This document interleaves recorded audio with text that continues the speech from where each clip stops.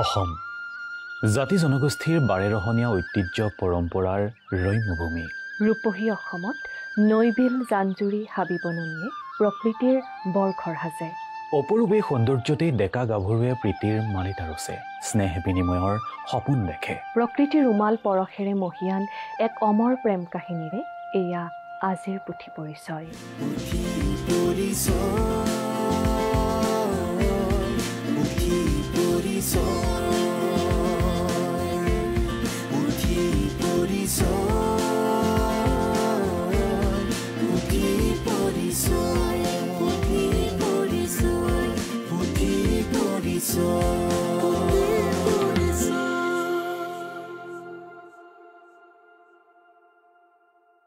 নমস্কাৰ। পুথি পৰিচয়ৰ দ্বিতীয় অধ্যায়ৰ এটি নতুন খণ্ডলৈ আপোনাক স্বাগতম। ষ্টুডিঅ'ত মই প্ৰজন্মা চহৰীয়া আৰু মই সাৰংগপানী ভূঞা।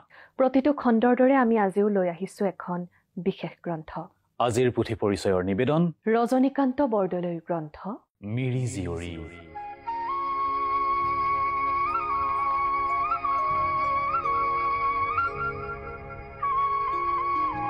সোৱণশিৰি নৈ। লখিমপুৰ জিলাৰ ঠাই বিশেষে সোৱণশিৰিৰ দুয়োপাৰে মিচিং গাঁও। মিচিঙৰ প্ৰাণ সোৱণশিৰি। সোৱণশিৰিৰ পানী পান নকৰিলে যেন মিচিঙৰ পিয়াহ নপলায়। সোৱণশিৰিৰ পাৰৰ ভূঁই দুখনৰ মাজত দুখন চাং, এখনত এজনী ছোৱালী আৰু আনখনত এজন ল'ৰা। হঠাতে হাবিত ভালুক ওলাল। ল'ৰা ছোৱালী হালে প্ৰাণ তাকি দৌৰ দিলে।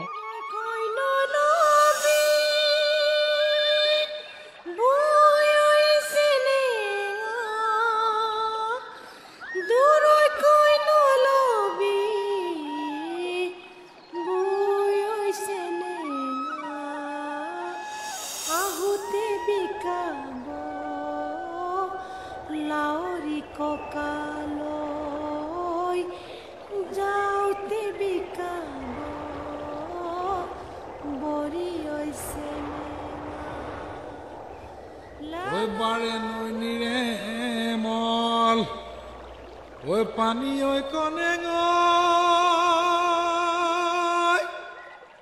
ঐ বাৰে নৈনিৰে মল পানী ঐ তাতো কইনিৰে মল ঐ সৰুটি কনে ঐ যেন চৰিয়াৰে পানী। বহাগ বিহুৰ সময়, সকলোৰে মন আনন্দৰে নধৰা। ল'ৰাজাকে ঢোলত চাপৰ দিছে, গাভৰুহঁতে কঁকাল ভাঙিছে। নিখুঁত বগা লাহৰি খোপা আৰু মুগাৰ ৰিহা মেখেলাৰে গাভৰুজাকৰ ভিতৰত সকলোৰে দৃষ্টি সৰিছে পানী। চিকুণ ধুতিৰে মূৰত পাগুৰি আৰু মুখত পেপাৰ ফুৰ দি গাভৰুহঁতক উত্ৰাৱল কৰিছে জংকীয়ে। সকলোৰে অজ্ঞাতে দুয়োৱে ইজনে সিজনলৈ চাই মিচিক মাচাক হাঁহিছে।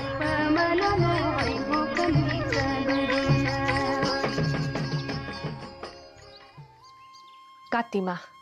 সোৱণশিৰিৰ পাৰৰ মিচিং গাঁৱৰ মৰং ঘৰত ধৰ্মীয় অনুষ্ঠান। কোনো ব্যস্ত ইষ্ট দেৱতাক স্তুতি কৰাত, কোনো ব্যস্ত ৰন্ধা বঢ়াত, আকৌ কোনোগৰাকী ব্যস্ত সাজ তৈয়াৰ কৰাত। যথাসময়ত ভকতীয়া নীতি নিয়ম সম্পন্ন হ'ল। নিশা দেওধাইসহ ডেকা গাভৰু কেঁচা ভকত সকলোৱে নাচ গান কৰিবলৈ ধৰিলে। আৰম্ভ হ'ল মিচিং চাংডুপ ক্ৰিয়া। লাহে লাহে দেওধাইৰ গাত দেও চৰি আহিল। ৰাতি পুৱাও পুৱাও মিচিং দেৱতাৰ নাচ আৰু দেওধাইৰ পথ আৰু গহীন হ'বলৈ ধৰিলে। দেওধাই অচেতন হৈ পৰিল। ডেকা গাভৰুহঁতে আঁঠুলৈ দেওধাইক সুধিলে, কওকচোন, আমি ডেকা গাভৰু ভালে থাকিমনে? তাকিবি, কিন্তু এটা বেয়াও আছে। কি বেয়া ক'বলৈ গৈ দেওধাই কিছু সময় ৰ'ল। অস্পষ্ট মাতেৰে কিবা কিবি ক'লে। ডেকা গাভৰুহঁতে একোকে বুজিব নোৱাৰিলে। ঠিক তেনেতে দেওধাইৰ গাৰ পৰা দেৱে এৰা দিলে। পিছদিনা পুৱা ডেকা গাভৰুহঁতে জুমে জুমে বিহু নাচি আকাশ তোলপাৰ কৰা আৰম্ভ কৰিলে। পোনতে জংকীয়ে বিহু লগালে। বহাগে পালে ফুলিলে বেবেলি লতা ফুলিলে বেবেলি লতা ঐ কইনো তাকো মানে কেহে নপৰে ঐ সৰু টিহিলে ডেঙৰ কটা এইবাৰ পানীয়ে বিহু জুৰিলে।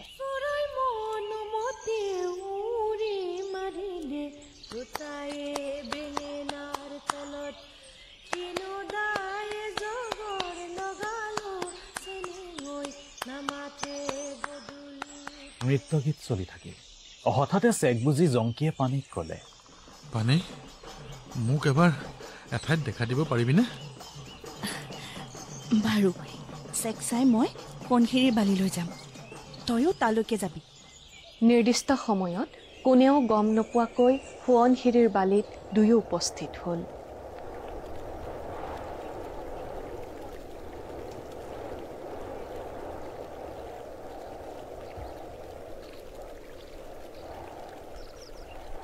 পানী জংকি কচোন, তই মোক ভাল পাৱনে? কেলেনো লাগে এই কথা জংকি? কচোন, তই মোক মৰম কৰনে? মই ক'ব নোৱাৰো। বুজিলো পানী, তই কুমুদক ভাল পাৱ ন?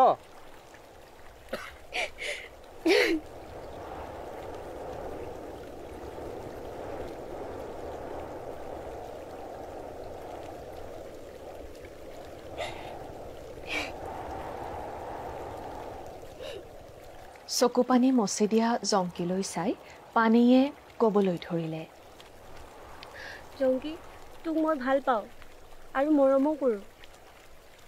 পানী লাহৰিও, তই মোলৈ বিয়াত বহিবিনে? মই তোলৈয়ে বিয়া হ'ম। আজি সোৱণশিৰি নদীক কাৰ্গিন কাৰ্টাঙক সাক্ষী কৰিছোঁ।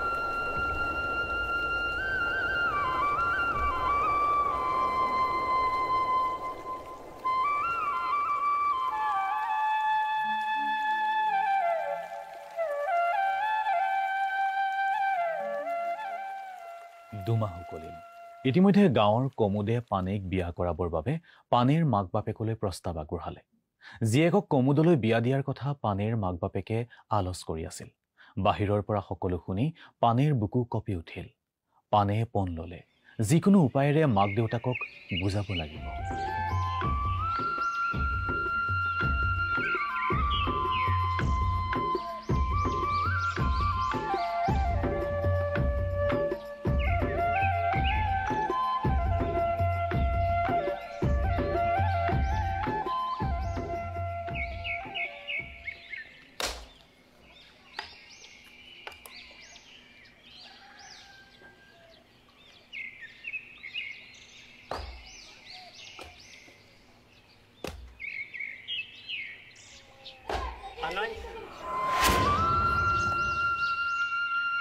বিয়াৰ বাবে পানীৰ ঘৰত কমুদৰ বাপেকে ভাৰ পেলাইছিল। পানীয়ে বিৰোধিতা কৰা স্বত্তেও এদিন কমুদে পানীৰ ঘৰলৈ জোৱাই খাটিবলৈ আহিছিল। মাক বাপেকে কমুদক জোৱাই ৰাখিলেও পানীয়ে কিন্তু সদায় দূৰে দূৰে আছিল কমুদৰ পৰা। কমুদেও পানীৰ ওচৰ চাপিবলৈ কেতিয়াও সাহ কৰা নাছিল। দিন যোৱাৰ লগে লগে পানীক নিজৰ কৰি ল'বলৈ প্ৰতিজ্ঞাবদ্ধ হৈছিল কমুদ। পানীৰ মাক বাপেকো নিজৰ মতত অটল। যিকোনো উপায়েৰে পানী কমুদলৈ যাবই লাগিব। এদিন বাপেকে পানীক ক'লে,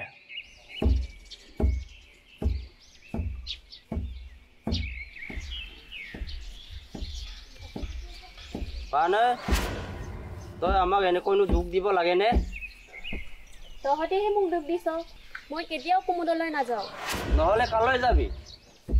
প্ৰিয় যদি জংকিলৈহে যাম, নহ'লে ঘৰতে বহি থাকিম।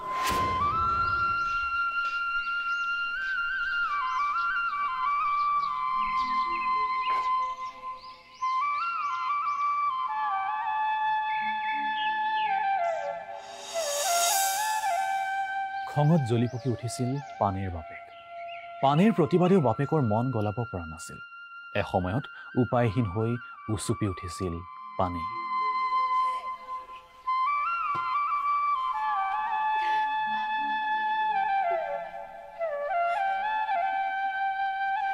এদিন কমুদ কিবা সকামত পানেইহঁতৰ ঘৰৰ পৰা দূৰলৈ গৈছিল। পানেইয়ে মনতে থিৰাং কৰিলে তাই মাক বাপেকক এৰিব। হাতী মহ বাঘলৈ ভয় নকৰি পানেই জংকিলৈ পলাব। ভবামতেই কাম। নিৰ্দিষ্ট সময়ত এন্ধাৰ নিশা নাওলৈ ঘাটত উপস্থিত হ'ল জংকি। পানেয়ে শৌচ কৰিব যাওঁ বুলি নাওত উঠিল।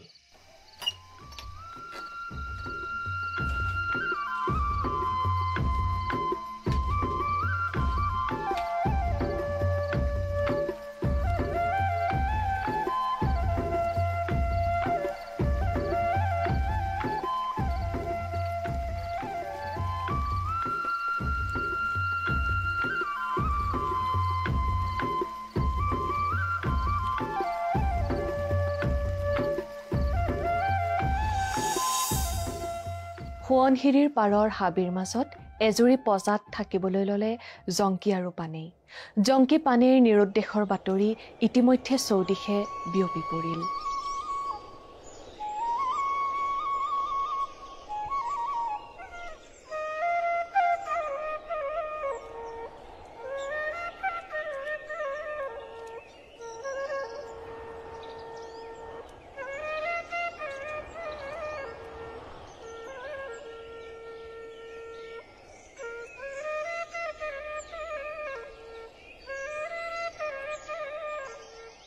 এদিন হঠাতে কেইজনমান মিৰি যুৱকৰ সৈতে হাবিৰ মাজতে কমুদে জংকীক ঘেৰাও কৰিলে। জংকী আৰু কমুদৰ মাজত তয়ামীয়া যুঁজ লাগিল।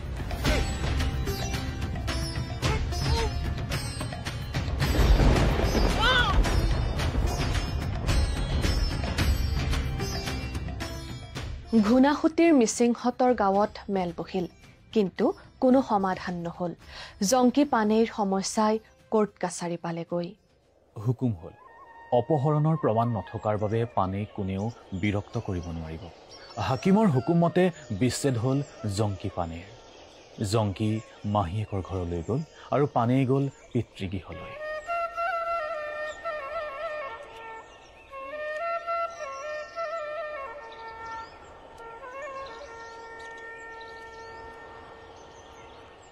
এইদৰে এমাহ পাৰ হ'ল। পুনৰ পানেইক কমুদলৈ বিয়া দিয়াৰ যোজা চলালে পানেইৰ বাপেকে। পানেইও নিজৰ মতত অটল। দিলে জংকীলৈ যাব, নহ'লে ঘৰতেই থাকিব। পানেইক জোৰ কৰি হাত ভৰি বান্ধি কমুদলৈ বিয়া দিয়াৰ আলোচ কৰিলে পানেইৰ মাক বাপেকে। কথাৰ উমান পাই ৰৈ থাকিব নোৱাৰি সেই নিশাই পুনৰ পলায়ন কৰিলে পানেইয়ে। পিছদিনা পুৱা মিচিং গাঁৱত হুলস্থুল লাগিল। কৌতুতে পানেইৰ খবৰ নোলাল। একাংশই জংকীক জেৰা কৰিলে, কিন্তু জংকী নিৰ্দোষী প্ৰমাণিত হ'ল।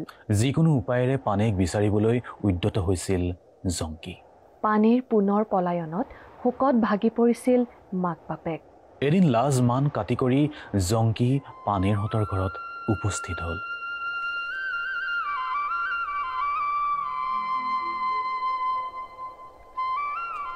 পানেইৰ মাক বাপেকে জংকীক ক'লে যে জংকীয়ে যদি পানেইক লৈ আহিব পাৰে তেন্তে এইবাৰ জংকীলৈ বিয়া দিব পানেইক। কথাষাৰ শুনি উৎফুল্লিত হৈ উঠিছিল জংকী। দৃঢ় সংকল্পৰে পানেইক বিচাৰি পথালি পামৰ দিশে খোজ দিছিল জংকীয়ে। পানেইৰ নিৰুদ্দেশৰ 4 দিন উকলি গৈছিল। জংকীয়ে বিচাৰি চলাথ কৰিও ক'তো সুংসূত্ৰ পোৱা নাছিল পানেইৰ। এদিন গোগামুখলৈ যাবলৈ মন মেলি ভেবেলি চুকৰ হাবিত সোমাওঁতেই হঠাতে 5টা গাচীমিৰিয়ে মুখত সোপা দি বন্দী কৰিলে জংকীক। 3 দিন 3 নিশা অনাহাৰে যাত্ৰা কৰি গাচী মিৰিৰ দেশত উপস্থিত হ'ল জংকীসহ গাচী মিৰিকেইজন। পিছদিনা মিৰিঘৰে নানা তৰহৰ সাজ পিন্ধাই বন্দী বা চাকৰ সজালে জংকীক। এনেদৰেই 4 মাহ উকলিল। এদিন আলু খেতিত কোৰ মাৰি আছিল জংকীয়ে। তেনেতে এজাক মিৰিয়ে 3-4জনীমান মিৰিয়নী বন্দী কৰি সেই স্থানলৈ লৈ আহিল। জংকীয়ে দেখিলে তাত পানেইও আছে। বন্দিত্বৰ এই সময়তো যেন কিবা এক প্ৰশান্তিয়ে চুই গ'ল জংকী পানেইক। এইদৰেই 2 মাহ পাৰ হ'ল। এদিন নিশা পানেই টোপনিৰ পৰা সাৰ পাই হতচকিত হৈ উঠিল। চকুমুখ মোহাৰি পানেই দেখিলে কাষতেই জংকী। পৰম তৃপ্তিৰে জংকীক সাৱটি ধৰি ফুচফুচকৈ ক'লে পানেইয়ে,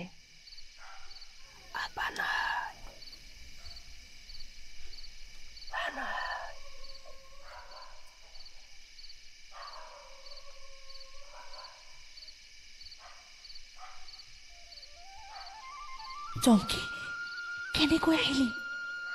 পানেই, মই যাৰ ঘৰত আছো সিহঁত টোপনি যাওঁতে মই আঁতৰত সাৰে বৰিত সাৰে উঠি আহিছোঁ। মোৰ কণে মা বাপেৰেও অপত খাইছে। এইবাৰ হেনো তোক মই লৈ গ'লে আমাৰ দুয়োকো বিয়া দিব। লৰালৰিকৈ পলাবলৈ উদ্যত হওঁতেই 4টা পৰ্বতীয়া মিৰিয়ে বেৰি ধৰিলে জংকী পানেইক। ঘটনা সন্দৰ্ভত পৰ্বতীয়া মিৰি গাঁৱত বৰ মেল বহিল। জংকী পানেইকো মেললৈ অনা হ'ল। দুয়োকে একেডাল জৰিৰে বন্ধা। কিবা নৃশংস হোৱাৰ ভয়ত ঠক ঠককৈ কঁপিবলৈ ধৰিলে জংকী পানেই। চুৰিৰ অপৰাধত দণ্ডিত কৰা হ'ল জংকী পানেইক। জংকীৰ হাজাৰ কাকুতিয়েও মন গলাব নোৱাৰিলে মিৰিহঁতক। তৎক্ষণাৎ নৃশংসভাৱে দয়া মমতা নোহোৱাকৈ জংকী পানেইক একেডাল দোলেৰে বান্ধিলে চাৰিটাঙি দিয়ে। হতভগা হতভাগিনীৰ চিঞৰে গগন ফালিলে। জংকীয়ে বিনাবলৈ ধৰিলে। মোক মাৰ, এই আজলি মোৰ কনেঙক নামাৰিবি অ', মোৰ আজলি কনেঙক নামাৰিবি। তাই মোৰ তিৰোতা, তাই পেটৰ ল'ৰাটোৰ বদৰ বাকী নহবি পাৰে কাম। তাই এৰি দে, এৰি দে। 8টা নৰপিশাচে টানি লৈ গ'ল জংকী পানেইক। মিৰি জীয়ৰীয়ে লোটকৰে বাট নেদেখা হ'ল।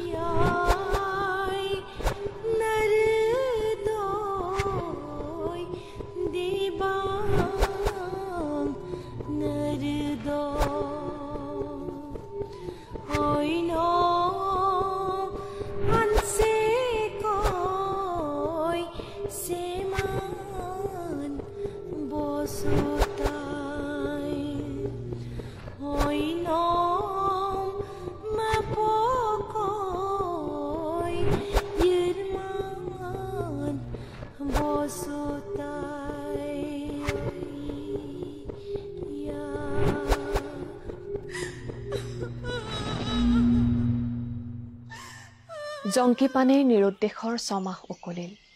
এদিনৰ কথা, পানেইৰ মাকে সোৱণশিৰীৰ ঘাটলৈ পানী আনিবলৈ গ'ল। হঠাতে দ পানীত কিবা দুটা ভাহি থকা দেখিলে পানেইৰ মাকে। ঘৰলৈ আহি সকলো বিৱৰি ক'লে পানেইৰ বাপেকক।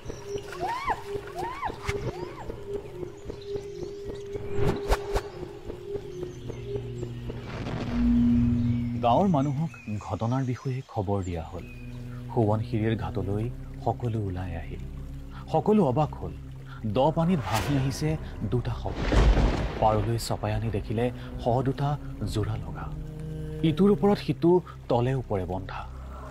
দুয়োৰে গলে দি শাল, 2 হাতত শাল, 2 ভৰিত 2ডাল শাল, বুকুত এডাল, কঁকালত এডাল।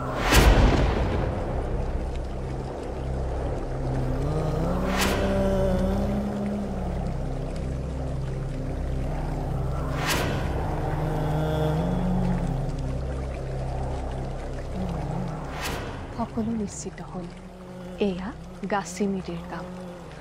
দুটা কোনোৱে ওলোটাই দিলে। মুহূৰ্ততে সকলোৰে চকু কপালত উঠিল। এয়া জংকী পানেই। মিৰি জীয়ৰী আৰু জংকীৰ প্ৰণয়ৰ বিষময় ফলফলি। সোৱণশিৰীৰ পাৰৰ আকাশ বতাহ উচুপনিত কঁপি উঠিল। জংকী পানেইৰ প্ৰেমৰ গাথা প্ৰজন্মৰ পৰা প্ৰজন্মলৈ প্ৰবাহিত হৈ থাকিল।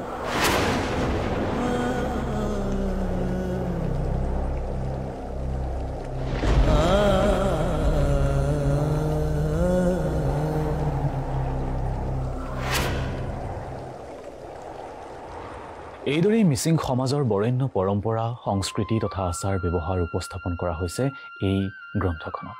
সমান্তৰালকৈ আৱেগ অনুভূতিক সংবেদনশীল ৰূপত গ্ৰন্থখনত উপস্থাপন কৰা হৈছে। ব্যতিক্ৰমী প্ৰকাশভংগী আৰু শব্দৰ ব্যৱহাৰ মিৰি জীয়ৰীৰ বৈশিষ্ট্য। আপুনি এই গ্ৰন্থখন পঢ়িছেনে? জনাব পাৰে আপোনাৰ মতামত।